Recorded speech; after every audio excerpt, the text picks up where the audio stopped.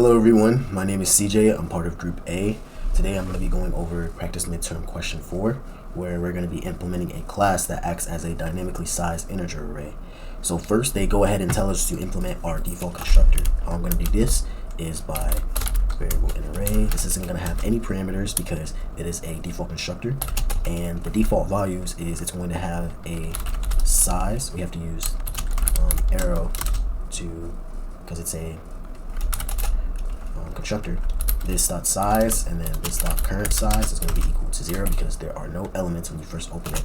And then finally we should have this array should be newly allocated. A new array should be created, new integer, because it's type integer array, it's only going to hold integers, and then it's going to have size elements. Next we need to create our parameterized one, which means that it's just going to allow you to put in parameters, and we're going to have an int size here. So this size is going to be equal to size, that's the passed in. This current size is going to still equal 0, and this array is going to be equal to new integer size. Now one thing that you should do is in this argument, this size should be constant. Otherwise this will break, because the only way that you're able to assign an array to a size like this to a variable is if that variable is constant. Since we're passing it in here, this is also going to be constant, so that should work. Or actually, I'm not sure if either this size or this size will be used. I'm pretty sure it's just going to be this one, so it's constant, so that'll work either way. And then next we need to create a function called push value, and it should return an unsigned int. And as you know, for C++, anything that is returned should be the in the beginning of the function, unsigned int push value, and this is just going to be an integer value that they want to push into the array.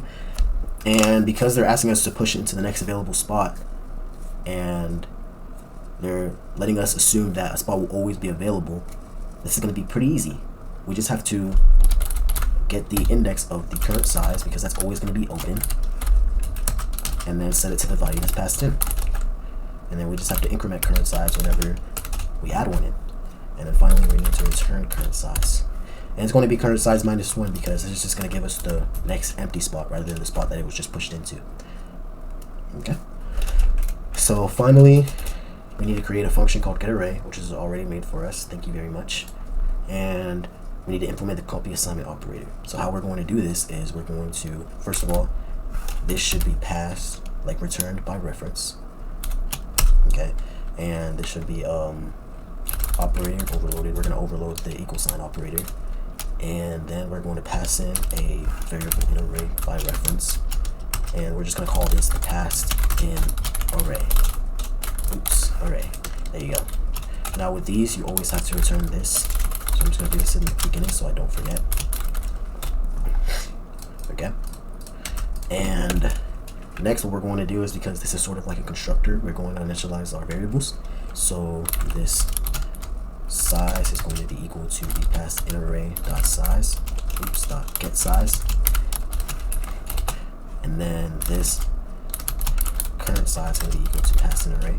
Now we're going to have to create a method to get that unsigned int get current size, and then so we're just going to return current size.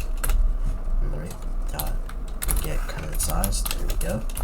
And then finally, what we're going to do is, because whenever these are equal to a passing array, so imagine if it's already an empty array, we don't have to worry about this, but in a case where the array that we're equaling to the passing array already has like values in them, then we need to actually delete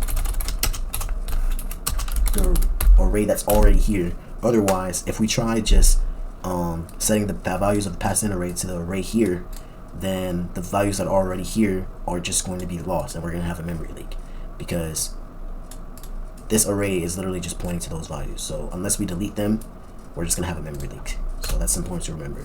And then finally, once we delete that, we can use our for loop, int I equals 0, starting at 0, and we're not going to stop until I is equal to the current size. We're going to implement I, and we're just going to set the array equal to pass in array dot get array index. There we go. Now let's go ahead and see if this all works. Boom, boom, boom, boom. We have to create our destructor as well, so let's go ahead and do that. Our destructor is basically going to be the thing that's going to be getting rid of our dynamically allocated arrays. It's pretty simple. We just need to delete the array, because what this is going to be doing is getting rid of any arrays that were created after the array used. Once they're out of scope, we're going to delete them. It does this automatically. And then finally, we're going to check the destructor. And apparently we have something wrong with our parameterized constructor. It's probably because we're going to use 1 here. I think that'll be fine too.